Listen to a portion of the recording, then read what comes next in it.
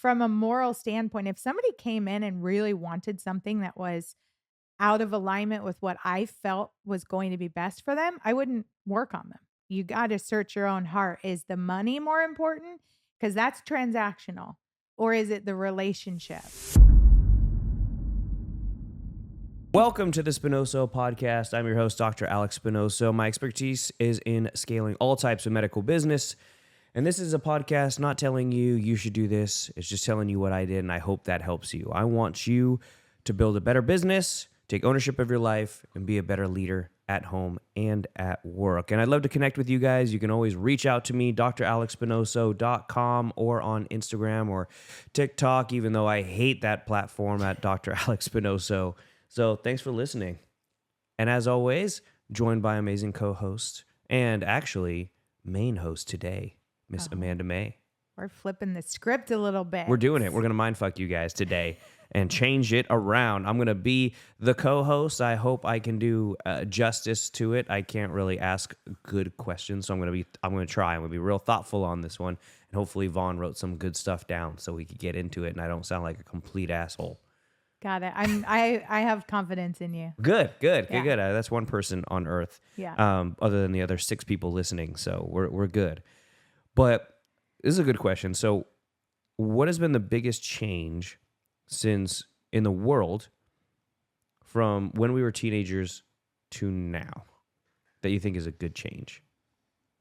And so I was a teenager in, God, I'm 38 now. I have to do maths. What's 38 months 20? So 20. It's in the 90s, right? Yeah. Well, for me, no, it was late 90s, early Late 2000s. Yeah. Yeah, because I think I was like 16 at Y2K when the whole world was supposed to end. Oh, really? Yeah. I remember being like around 16. So. Oh, probably, yeah. That's exactly right. Because I was obviously 14 at that time. Yeah. Okay. What do you think? So between then and now, what is a good change that you think has happened? Well, I'm going to talk from like the work perspective and business. I think one of the biggest changes has been the way people work now. When I look at like my mother and previous generations, it was you work for a corporate company for 30 years, you save, you have a retirement fund, you pay off your house, you try to live debt free. You know, it's these principles that have really shifted as the newer generation, certainly now. What is the generation now? Generation X, I think. Yeah, or something Z like or that. something like that. Anyway, That's our YZ. generation, it started to change a little bit because I think we saw like, I know for myself, I saw in like 2008 where, you know, you have the previous generation had saved forever to pay off a home and then, or pay down a home and live minimalistically so that they could have a home that they owned, and then the market crashed. Yep. And then the home's worth nothing. Yep. So they've worked their whole life to pay down this home that eventually, or in this period of time during the crash, ended up losing value. So it's like, what'd you do all that for? And I think we saw our parents go through that and thought differently about like, wait a minute, like I don't have to do it that way. I can make my own path of success, have a business. Well, I don't know. Your parents are different because your dad owns a business. Mm-hmm. So you've seen that. But I guess from my viewpoint in the Midwest, that was the common conversation, like paying down a home and working for a company and retiring and getting your retirement and all of that. And it's like now I know for myself and the people around me, it's definitely shifted. And then even for my son, who now is 20, it's like completely opposite. Like doesn't want to work for anyone else, has to figure out his own way. You know, the idea of like retirement or paying off a home is so far from his mindset. And, you know, it's like kind of when you think of Google or these other companies where they make it enjoyable to work for them. Mm-hmm. And that's how they keep people working in a big corporate business, because you have to. Right. Because I think people are valuing their time and their effort and their money in a different way than what previous generations did. And I think that's a great thing. And as AI comes about and we have more systems that can be done through a robot, it allows for people to have more freedom, and we can utilize and come alongside AI in future generations where we let it do what it does best, and then we have time to have with our families, or it's really our value and our skill set that makes us successful, and not just punching a time clock for 30 years until it murders us, like the Terminator. Yeah. What do you think? No, I think that I really think the greatest difference between now and then is gene code genes are no longer a thing. That's really about it. I had those. You had those? I did. Because you were cool and could afford them. Not us. Not I at all. But No. they were terrible. They were terrible. Yeah. Pockets that went all the way down. Yeah. Past your knees. That's awesome. I Terrible. don't even know what you would even put in those pockets. I Don't wore- tell me. I know you had a tough like teenage years. Don't tell me what you put in your pockets. No, but I did. I wore those with my black nail polish. That's killer. Definitely. Dang, emo style. Yeah. You got pictures? We got to go back and see those probably pictures. have some pictures Oh somewhere. man, we're going to have to go back and check out those pictures for sure. I'll have to dig those out. Awesome. Okay, guys, like I said, we're going to have Amanda run the roost today. I'm just going to be the co-host here, and there's a few reasons. One, we're going to talk about really the aesthetics field and the beauty world in general. I run companies in the medical and the aesthetics field, and 85 to 90% of our staff are women. And aesthetics is obviously a huge part of making men, to a lesser degree because it's really not as mainstream, but women more beautiful, more physically attractive. Amanda's beautiful. I'm not, although Vaughn wrote that, so I think that's up for debate there. But no, it'd be interesting and helpful to actually listen to somebody who has operated, is the CEO of beauty brands, beauty companies, and the head of beauty at Genesis at one point in time as well, and all your really expertise and everything like that. So we're gonna go into it. So let's start with this question. When it comes to working with clients, especially in the beauty industry, what are some of the pitfalls, or what do you think really leaders, injectors, females in this area of expertise, if you will, should be looking out for, or problems that they have going into this field? Well, I think one of the key things that I've seen, or main things I've seen over the years, is it triggering the person's own insecurities, because you're surrounded by treatments, ways to change what you look like, people who are unsatisfied with some aspect of their appearance, and so they're coming for a fix. So you're listening to women explain how they feel that they're imperfect, and being able to, like, hear that and not look at yourself and go, "Oh, well, I could use a little more lip filler," or yeah, I guess, like, when she smiled and she said, like, her top lip disappeared, well, mine does too. So that means I also need that. And when you're also in the industry and you're creative, it's like you're surrounded by something that you can constantly be doing to yourself. So it makes it, I think you pinpoint, like, oh, this is wrong with me, or that's wrong with me. And you start to compare, like, well, this person's lips looked a little better, so I just need a little more filler in this spot. And that can go overboard, which I'm sure we're going to talk about today in this podcast, because it never starts out with too much. It's a little more, and then a little more, and then a little more. And then before you know it, it's too many changes and you look like a totally different person.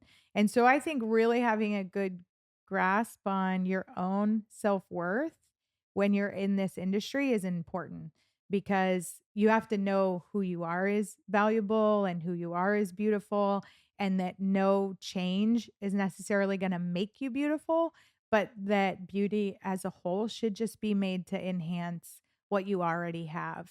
So it's not about changing what you look like, but like bringing the best aspects of yourself to the forefront.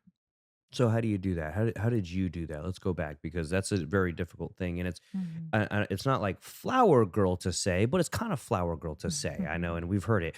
Be present in your feminine beauty and love yourself or whatever. But you've got there's an opposite to that where you're like on the front page of Women's Health magazine at 450 pounds. Like that's not really healthy. So how do you build up the confidence going into this, or just in general, how did you build up the confidence, or would you recommend like steps to doing that?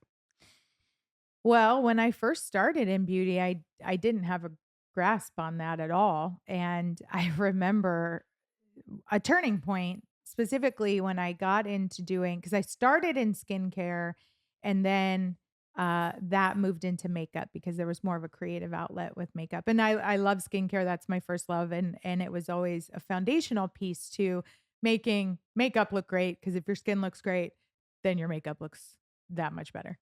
And so I remember working on a client, and at the time, I had recently gotten out of beauty school. So I was wearing like big blue eyeshadow and I mean, all the That's way up to amazing. my eyebrows, That's I feel amazing. I like. love it. And my grandmother, who's quite fancy, she loved Mary Kay. My sister sold Mary Kay. I would sell it to my friends under my sister and stuff. So, getting out of school, feeling like that's what I needed to do, like present myself as a makeup artist. I needed to have like this big, bold makeup. And I remember a client saying to me, I don't know if I want you to do my makeup. And I was just so like, why? Like, what would be the reason not to? And she said, I don't like your makeup. And if you're gonna make me look like you, I don't want makeup like that. And I was like, first time I thought about the fact that how I present myself is going to be what people automatically assume I'm good at or I'm gonna create. And so um it took a little while after that to tone it down, but I think that that really changed the trajectory of my career because even when I was running Miami Swim Week and New York Fashion Week, I only did New York Fashion Week 1 year because it's so avant-garde, it's so much, it's so out of the box that I was like, "This isn't my client." Like, when I think about having pictures and working with models, like, I want them to be fresh and glowy and like natural beauties. And so, I've really focused on how do I create natural beauty for women, not change what they look like. And that's where, getting into like the eyebrow world, when I started tattooing eyebrows, I don't do big, bold eyebrows. There are techniques that look really pretty on Instagram, but it heals awful. And in person, it looks like Groucho Marx. And I'm like, I'm never going to give somebody that. They're not going to be happy. And so for me, I still did those things for myself, but I think because my mindset was, how do I make other people look naturally better? It made me want to go, what can I do to naturally feel better about myself? Um, and even I guess early on when we talk about the big makeup, I had just moved to Vegas. And so I also went and got really big boobs because it was like in Vegas, everybody had big Yeah. boobs. Oh, Everybody had big yeah. eyelashes, big the Yeah. bigger the Yeah. better in Vegas, That like sounds they that say in sounds Texas. awful. Yeah, terrible. Oh no. But years later, I was like, I am so sick of these things. They're Mm, just, it's too much. It doesn't look natural. mm. And so I, was like, how do I tone this down? So it was at the beginning, I think it was a little harder. And that's just not knowing who I was at the time. Like I was trying to look like somebody else or do what everybody else was doing. And eh, there's a couple things. I think how you grow up and maybe, you have a daughter. I have a daughter now. You have 2 daughters now. Yes, I do. Mhm. But how you talk to them and how you, that voice that they're hearing, that they're good enough, they're beautiful the way that they are. Yeah. I think those things are important. And a woman hearing that growing up, I think is going to be less likely to want to change a lot about herself. You look at iconic women like Jennifer Aniston, gorgeous. She's well into her 50s now. And I'm not of the belief, and I could totally be wrong. I'm not of the belief that she hasn't had any work done. I just No, think no, no. she's had really great work done. Oh yeah, yeah, She for looks sure. exactly like she did Hmm. when she was 30. Yeah. So they're not overfilling or doing too much. It's like, let's just maintain what you look like as you get older and not change what you look like. So I just think it takes time. I think it self-talk, self-worth, that's a part of it. And then really knowing who you are when you're in this industry. So you're not trying to chase after being like somebody else. Because I think you have a lot of girls that look or women that look up to, let's say, Kim Kardashian style women. And it's like, obviously, there's been some work done. Hmm. And who is she trying to look like? I've seen pictures of Cher. So it's like if she's going chasing after looking more like Cher, and again, I could totally be wrong. Don't hate me for this. It's just my opinion on these things. But if she's chasing after Cher and then somebody else is chasing after her, it's like, well, you're never gonna look like the person that you think you're gonna look like because she's not even trying to look like herself. Yeah. She's trying to look like somebody else. So like just looking and being proud of who you are. And that's another thing. I'm on a little bit of a tangent here, but that's another thing I think that's different in the social media age is everybody's kind of looks alike. Like it's the same shape of body, the same type of hair, same size lip. It's like the more we can replicate each other, that's what became beautiful. But when you look at supermodels from the 80s, 90s, like they didn't look the same. These women looked very different. And I know not everybody's a supermodel, but I think it talks about the fact that the diversity of beauty was honored and celebrated. And then as we've gotten into social media age, it's the more women look alike that it's celebrated, I guess. But I think we need to get back to the like older style of beauty, that traditional look of like what's beautiful. And that's a lot of different skin types and skin tones and hairstyles and lip sizes and all the things. And I think that's a part that we're missing. But I feel like the usually trends kind of even out. So I think eventually we're going to get back there, and I do think Yeah. it's shifting a little bit, but But there is a limit because I realized, honestly, quite recently that I wasn't just ugly, I was just poor. So I got my hair done and my teeth done, and now I look, I mean, stellar. way, way better. Yeah, nobody told me. Like, you look like a 75-year-old creepy man with fucked up teeth. Yeah, yeah. It was terrible. But there is a, Yeah, when I met you, yeah, you were bald. yeah, You were a little round. yeah. Fucking amazing. Yeah, exactly. A little bald, round, like I look kind of like Cartman, really. Yeah, I sort of. never I mean, thought about yeah, yeah, it's exactly how I look. that. Um, but there was a limit to what I did. Obviously, I'm not going to continue to do it, and definitely, I'm a male, different than a female, and so there's what you're saying is that when it comes to beauty, chasing the natural beauty, but how do you limit yourself? Is it, I mean, because it can't be just on the client, right? It Mhm. has to be on the business owner at that point to tell the client, hey, you shouldn't do this. It's telling people what they really need, not necessarily what they want. Because there's a lot of side effects of that shit later on down the line, the Mhm. overstretched lips, the issues with wrinkles, the overfilled face, the overfilled boobs with back, chest, and neck pain. All of that stuff has huge side effects. So is it Yeah. all on the client to stop?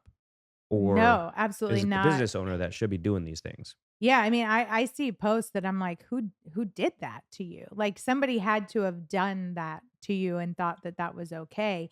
And so I think there's a moral code there too. And while everybody has a different viewpoint of what is acceptable in this conversation, you know, I think most people can say like we know when too much is too much. But as somebody who has altered people's face and sometimes permanently because the With your fists. yeah, tough like that. Okay. With the tattooing, that's gonna last, Mm. that's something that if I don't get it right, you know it, and you're gonna know it for a long time. Yeah. And even the fibroblasts, the skin tightening, that changes the protein makeup of the skin. Mm. So that's long-term effects. Now I like that treatment because it's subtle results, so it's natural in its, in the benefit of doing it. But anyway, the there's definitely been times I've told clients I'm not gonna do that, or I'll ease into, like, if they want to I've had young girls come into Genesis when I was doing injections at our clinics here, and they're yeah, like young, like 20, 22, and they're like, they want a whole syringe of filler. And I'm like, well, you've never had filler before. So as your voice of reason here, let's do a half and let it settle. And then let's reevaluate and let's see. Because it's like, yeah, they want that immediate look, but maybe a half is going to be enough. Maybe that would be all that they really need. They just don't know that's all they really need. Mm-hmm. And I mean, from a moral standpoint, if somebody came in and really wanted something that was out of alignment with what I felt was going to be best for them, I wouldn't work on them. And I think that is, you gotta search your own heart. Is the money more important? Because that's transactional. Or is it the relationship? Because I wanna build relationships with my clients. I Mm-hmm. want them to know that I have their best interests at heart. When I go to a doctor, which I don't do very often because I'm fairly healthy, but like, for example, I had a mommy makeover after I had my son. And that doctor, he was very honest with me about my results and about what things were going to be like after and what I could expect. And so I really believe that if I had said to him, I want whatever it is, and it was crazy, I think he would have said no. I think he would have been like, I'm not your doctor. Mm. And that's big money. So when Right. we're talking about $1,000 or $2,000 for filler or permanent makeup or some beauty treatment, it's like we have to go home and sleep at night. Did we do the best that we knew we should do for the client in every single situation? And the money, I heard a statement one time, or maybe multiple times, what you do to make the money is what you have to do to keep the money. So if I make money off somebody by going against my own moral code on what seems to be reasonable with their beauty, I have to keep doing those things. That's good. So now I've gone against myself over and over and over. I mean, that money doesn't last. You can't keep money like that if you are constantly going outside of your moral compass. So I think there's a limit. Each person has their own, and I think each person has to know enough about who they are to decide where's their own limit and what's enough, what makes them feel their best. Because it's like looking to the world for external validation. That's where I think a lot of these modifications come from. Mm-hmm. It's like, well, what's everybody on social media? Am I going to get more likes on social media, or am I going to be able to post about this whole process? I mean, I see women that are posting their entire surgeries, and it's like from the time they get out of surgery, they've got the picture with like bruised faces, and it's like, is it just for likes? Is it just for views? Um, and then what is it that you're hoping to get from someone else that you're not currently able to just create that sense of security within yourself? So where is it really coming from? Is the desire for modification based off insecurity, or is it based off, I love who I am, I love what I look like, and I just want to enhance like the beauty that I have, keep the beauty that I have? I mean, I started getting Botox when I was like 30. Mm-hmm. And it was just because I'm like, I'll just get like 20 units in my forehead to keep me from getting wrinkles. It was Yeah. like, let me just do minimal so that when I'm 40, people are like, wow, your skin looks great. It wasn't to change what I look like, but it was like, just let me just maintain this look that I have now after 2 years of not getting Botox. I'm ready. I'm excited for it again when the time Right. comes. So then you have young females that walk into your office or they sit in front of you as a business owner. How can you really help inspire them and give them that feeling of self-worth and let them know like, hey, this is, what you want or what you're trying to do is really, we get it. We're trying to increase your beauty. We're trying to help enhance what you have. And it's more of like a self-expression, but how do you you're just seeing them for a very short period of time. So what are some tricks that you use or with clients you've used over the years to help them realize, hey, you're still beautiful, whether you quote unquote look good or look how you want to or not. Mhm. So let's start working towards that. There's a very fine line there. Yeah, there really is. And one of the things that I'll do is really take the time to sit down and have that relationship building, especially in the first couple sessions, and understanding, why do you want to get this done? Show me pictures of what you love about someone's lip filler. Show me pictures that you don't like. So it makes them think a little bit more about why are they doing it and what they're hoping to achieve. And so then if it's something, let's say they come in and it's like really huge lips, and I just keep using the lips because it's kind of, Very common. yeah, it's Yeah. something easy to talk about. We've all seen it.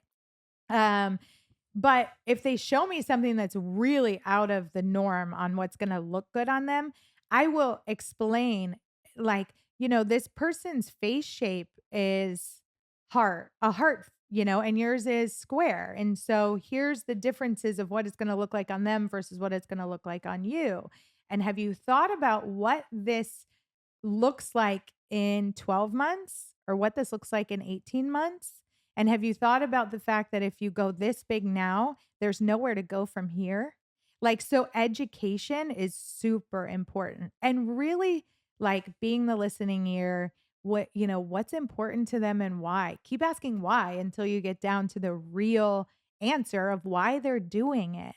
And I think when people know you care, it's going to come across different. Like, I've been able to tell clients, like, that's not going to look good on you, but doing it from a place of really love and genuine gratitude for the fact they're trusting me as a professional to tell them these things.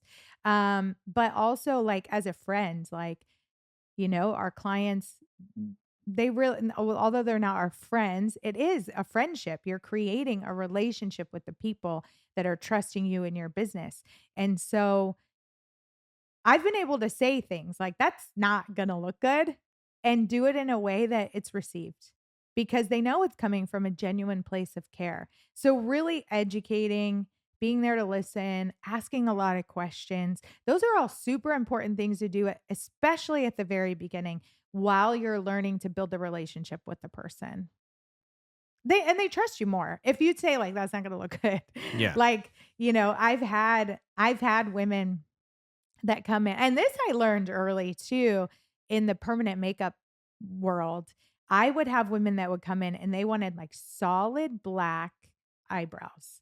And I would know that's not going to look good. But I did it because it's what the client wanted. Mm. And then for 2 weeks after, while they're healing, I'm getting texts every day. My husband's making fun of me. I don't even wanna go to work, and I'm like, "This is terrible." Like, I knew I shouldn't have done it, so you only have to Right. have a few of those clients that are Yeah. like, "This was the worst decision I ever made," and then you're like, "I know, I should have, I told you that, but we Yeah. did it anyway because that's what you wanted." So there have been times that I've gone against what I felt was best because it's what the client wanted. So that mindset, the client is always right, I don't agree with. I think Absolutely. you have to, as a professional, do what's best for the client. Yeah.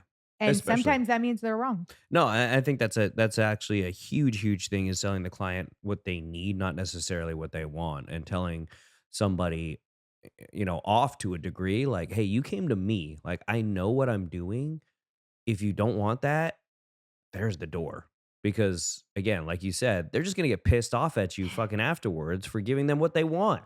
Yeah. So it's like, you don't fucking want that. Trust me. You go get it from somebody else, and if they get it from somebody else, cool. Then they could bitch about that person. They're Mhm. not gonna bitch about you. and your reputation is clean because at least you told them exactly what they needed to hear, and they may not like it, but if they do listen to you, then they're going to be happy because you know what you're doing. If they don't listen to you, they're going to be mad, but not mad at you, and they'll remember what you said to them, and they'll probably come back to you for their treatment later on. Yeah. Well, and this reminds me too of another aspect of the beauty industry where this is a factor, which is the makeup world, and when I did early on when I moved to Vegas after I did makeup, I did a lot of weddings. And wedding industry was well, it's huge in Vegas, but it was at the time where corporate companies were coming there a lot. So there was just Mhm. a lot of business in the makeup world there. And so I would do weddings, and in the prep of the wedding, I would ask the bride, like, what are your inspiration looks? Yeah. And if they sent me smoky black eyes, I'm like, I am not doing that for your wedding. That is a trend that is not going to be here. You have to look at these pictures in 10 years, and somebody's going to say, who did your makeup? And it's not going to be me. You're not putting my name on that. And so I would have to just gently, like, that black smoky eye is not for your wedding day. Do that the night you're going out beforehand, Yeah. but here's what we need to do. And so, like, guiding them towards something more natural and something subtle and something that they were going to be happy with 10 years down the road. And even with that, I would have brides that would give their bridesmaids options on whether or not they would have their makeup done professionally, or whether or not, they were going to do their own. And 9 times out of 10, if a bride gave a bridesmaid the option, the bridesmaid would go have her fingers done, her fingernails, her toes, things that you don't really notice in photos, but she would spend money elsewhere and say, I'll do my own makeup.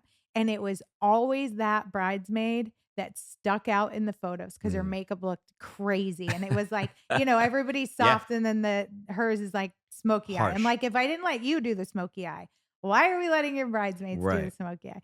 So even in that, like, that probably warmed me up a little bit to toughen up on the whole, like, that's not gonna look good. Mhm. And again, my name is attached to that. So when you're out telling people, if you look crazy, they're not gonna come to me Right. because they're gonna go, I don't look like that.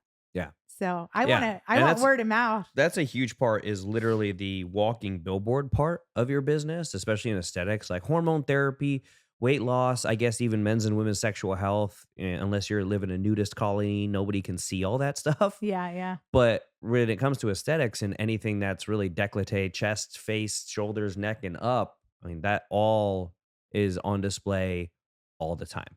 Yeah. So you have to realize that later on that somebody's going to look at your stuff, and everybody's actually going to see your shit every single day. Mhm. So these people are walking billboards for you. And if you think in your head, you're scrolling through Instagram and you come across a what the fuck is that picture? Or who did that to you? If you try and do that, or, attempt to do it for other people are going to say the same thing. What the fuck is that? Why are you who did that to you? Yeah, and I don't want my name attached to that. But I also, I mean, that's one aspect, but I also really don't want the person to have that type of look and feel.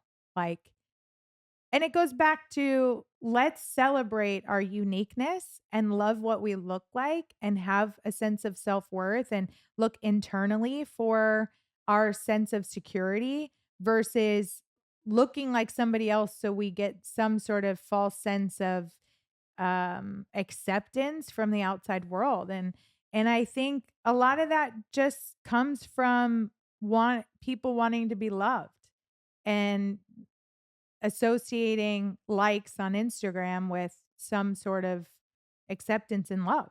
I'm talking about social media, but it's a big factor right now, especially in the aesthetics world, because that's where people are putting it all on display, or TikTok or Yeah. whatever social Well, I media think TikTok's platform. easier because you get more likes. So I think that's why it's gained way more popularity than Instagram, because it's quote unquote easier to get followers, easier to get likes, even though those people in the real business world, they don't really convert as well Yeah. than Instagram does. But you're absolutely right on that. But the other thing too that I've heard, I don't know firsthand, but I have heard in conversations is that people on TikTok are like really like a hammer if somebody uses a filter.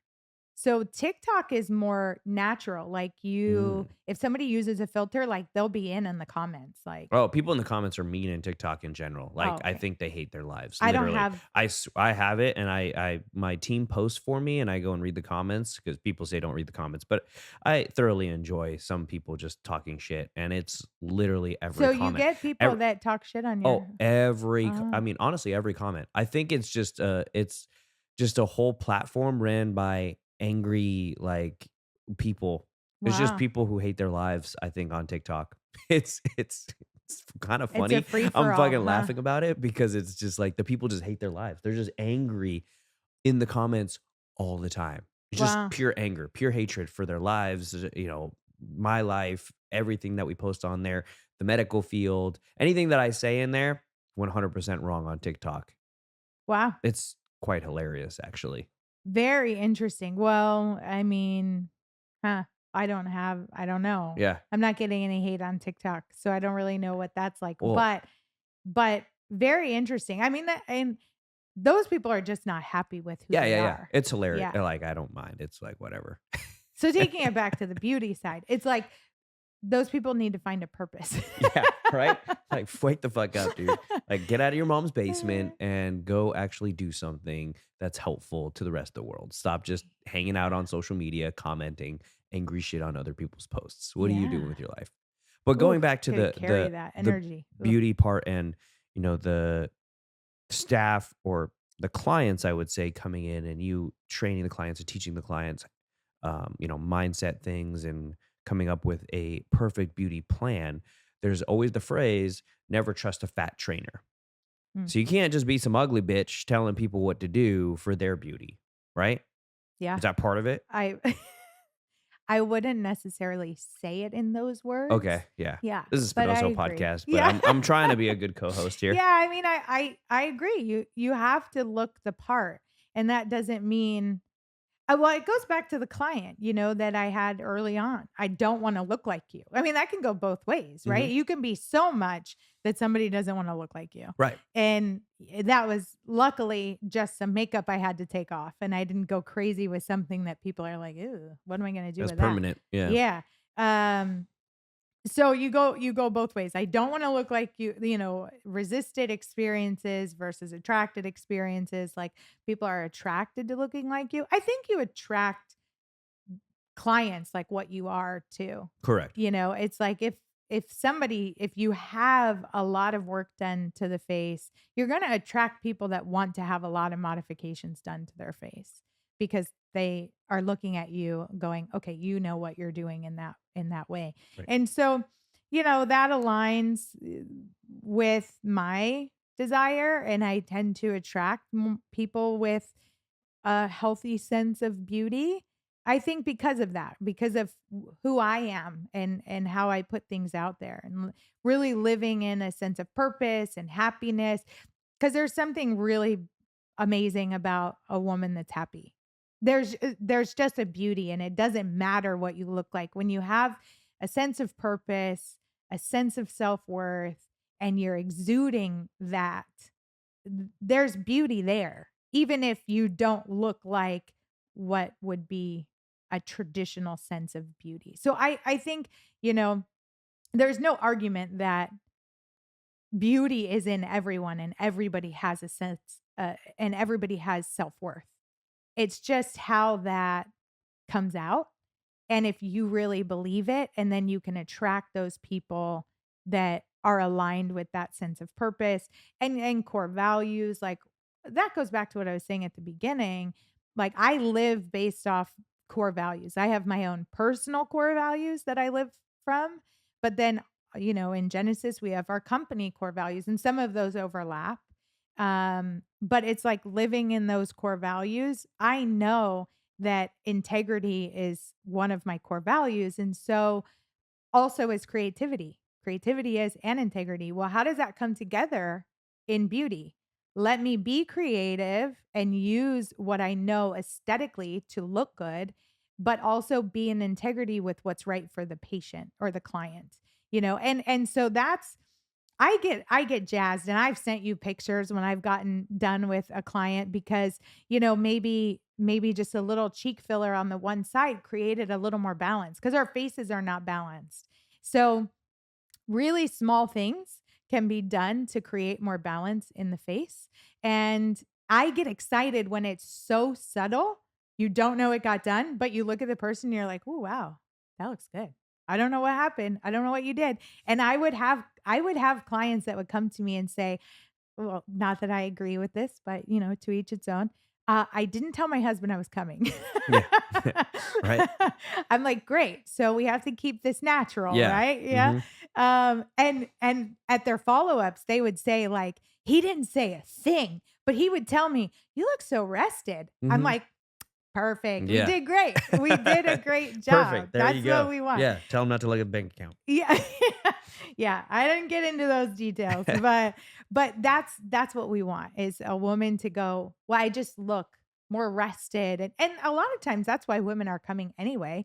I tend to attract a little older clientele. Not that I haven't worked on younger women too, but tend to be women my age or slightly older. And so, things are just looking different. There's a little bit of a sag here, there's a shadow here. It's like I'm happy, but my face doesn't look happy. Well, how do we make your face look happy? Well, we, lift the eyebrows a little Yeah. bit and open up the eyes and, remove the shadows at the corners of the lips, easy, small things that somebody can look in the mirror and go, okay, I look bright and happy again. Right. And it's like that's all they're really wanting. They're not really wanting to look like a totally different person. Then that's why you ask why, and um so that's an important part of being in integrity in this business. And like, along with the integrity side of it and helping people who essentially some people would argue, oh, well, they're shallow or they're superficial because they're getting work done for quote unquote other people, not themselves, or they're trying to change how they look or changing their natural beauty because there's always again those people that are like natural beauty is great and they like look like Igor.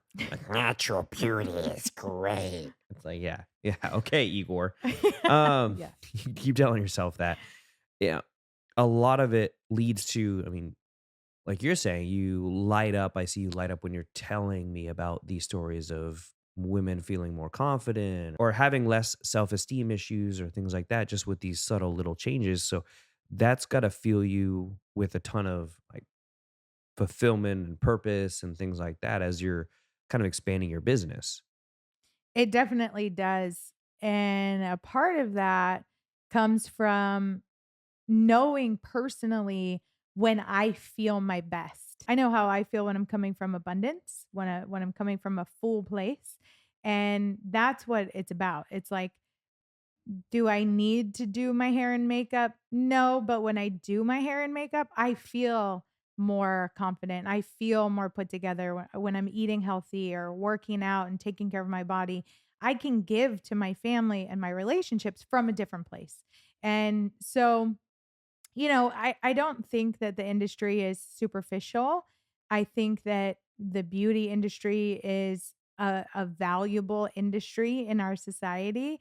Obviously, I've spent over 20 years in it. And so I love it. And in a lot of different ways, from skincare and product to services and health and wellness.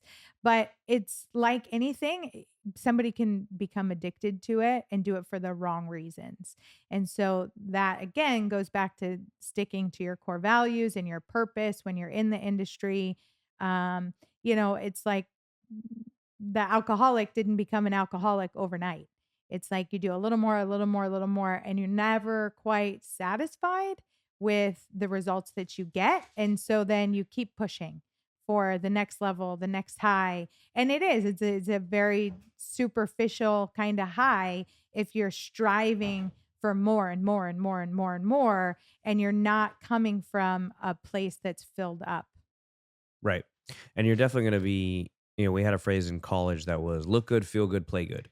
When we used to play. And it's absolutely right. When get dressed up, when you get dolled up, when you look good, and you feel way more confident about yourself. And when I actually had my hair transplant done, I did it because I wanted to be the first client. I, wanted to make sure that we got all the kinks out, if there was any problems in the process, make sure that I had good results before we offered it to clients, etc. And it did change like my confidence a lot after that, not realizing that it wouldn't make that big of a difference. It really did. So, absolutely, you hit the nail on the head when it comes to that look good, feel good, play good, and make sure that yourself and your clients are feeling that at the same time. Yeah, I have always held myself to be the best dressed person in the room. And so that's why when we go, to our corporate conferences and things, like I dress up, especially when I'm teaching or speaking. I just want to be a little bit more dressed up than the people I'm speaking to or the people I'm presenting to. And I do the same thing with, clients in the clinics, how I present myself, hair, makeup, attire. It's like being a little more elevated than what the expectation is because it does feel really good. And I think there have been studies when your kids go to school with, or if kids go to school with sweatpants and pajama style clothes on, the grades that they get versus if they're in uniform. That's why a lot of private schools are in uniform because they're dressed nice, they're showing up in excellence from the beginning because of how they're dressed for the day. And so the overall look and external appearance does make a difference in how we feel and how we operate and relate in the world. But making sure it's coming from like a full place again and not empty. So I think when somebody's constantly striving and it becomes more like an addiction, that's because they're feeling very empty on the inside, Mm. and that eventually is just going to lead down a path like any other addiction that's very detrimental to someone's life.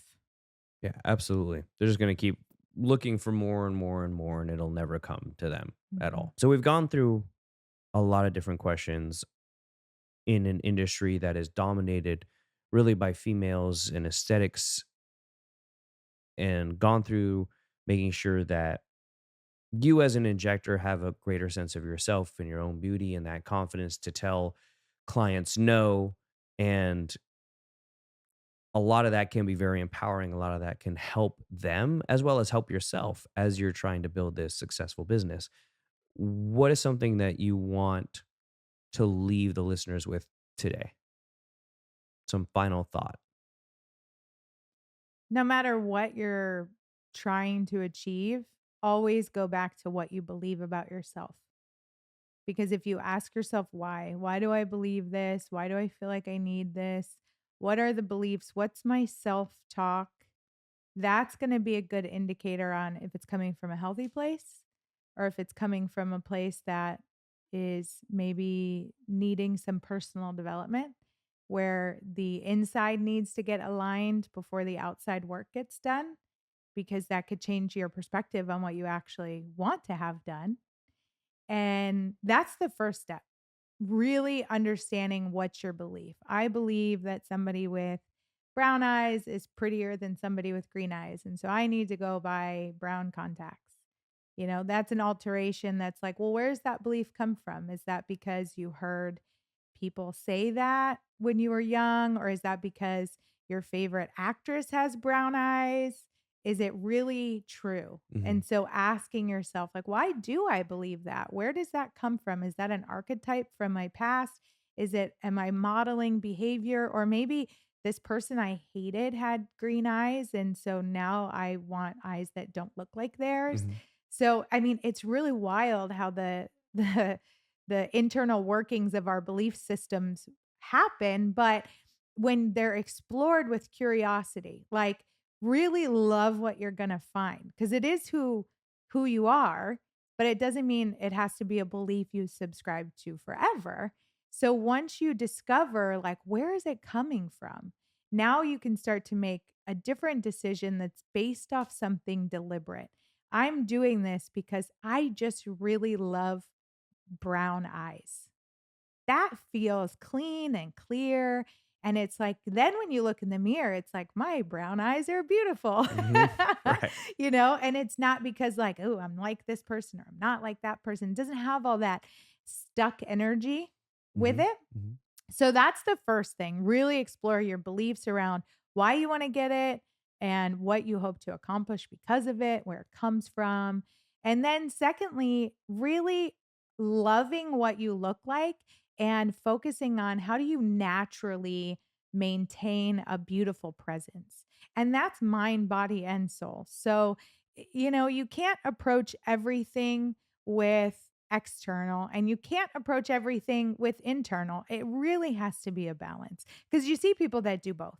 You see beautiful women that when you talk to them, you're like, oh man, like you were gorgeous until you started talking. And then it was like, what happened? You should probably Right. not say anything Yeah. after this. And then you get people that are beautiful souls, but they don't do anything on the outside. And it's like, man, if you just used a flat iron on your hair Hmm. or put a little bit of foundation on, like you'd exude so much more of that inner beauty. It really needs to be a balance. Yeah. And each person has to figure out for themselves what that balance looks like. But I would say the second piece would be really focusing on what is that natural beauty for you look like from a balanced approach. If you're putting all your money on the external, start to take a look at some personal development and some work you can do on the inside. If you're doing work on the inside, what can you do to just show and reflect that beauty from the inside on the outside? And I think and that's going to be a range for each person, but when you get to a more balanced approach from both aspects, that's where the most beautiful women are. Love it. Well, guys, we're going to end on that because I've got nothing better to add. That was excellent. So thank you for listening to the Amanda May podcast today. And guys, if you want to follow Amanda May, they could find you at Amanda May Beauty Boss on Instagram or amandamaybbeauty.com. That's probably the easiest place. Perfect. Guys, reach out to her. She's a wealth of knowledge. She speaks on stages all over the country, all different types of beauty seminars. She runs her own company. She's a CEO. She helps run Genesis. I mean, she kind of does it all. So listen to what she says. She's been in the field for a very long time and she knows what she's talking about. If this benefited you or you think it's going to benefit somebody, like it, share it. We appreciate you guys listening and have a good one.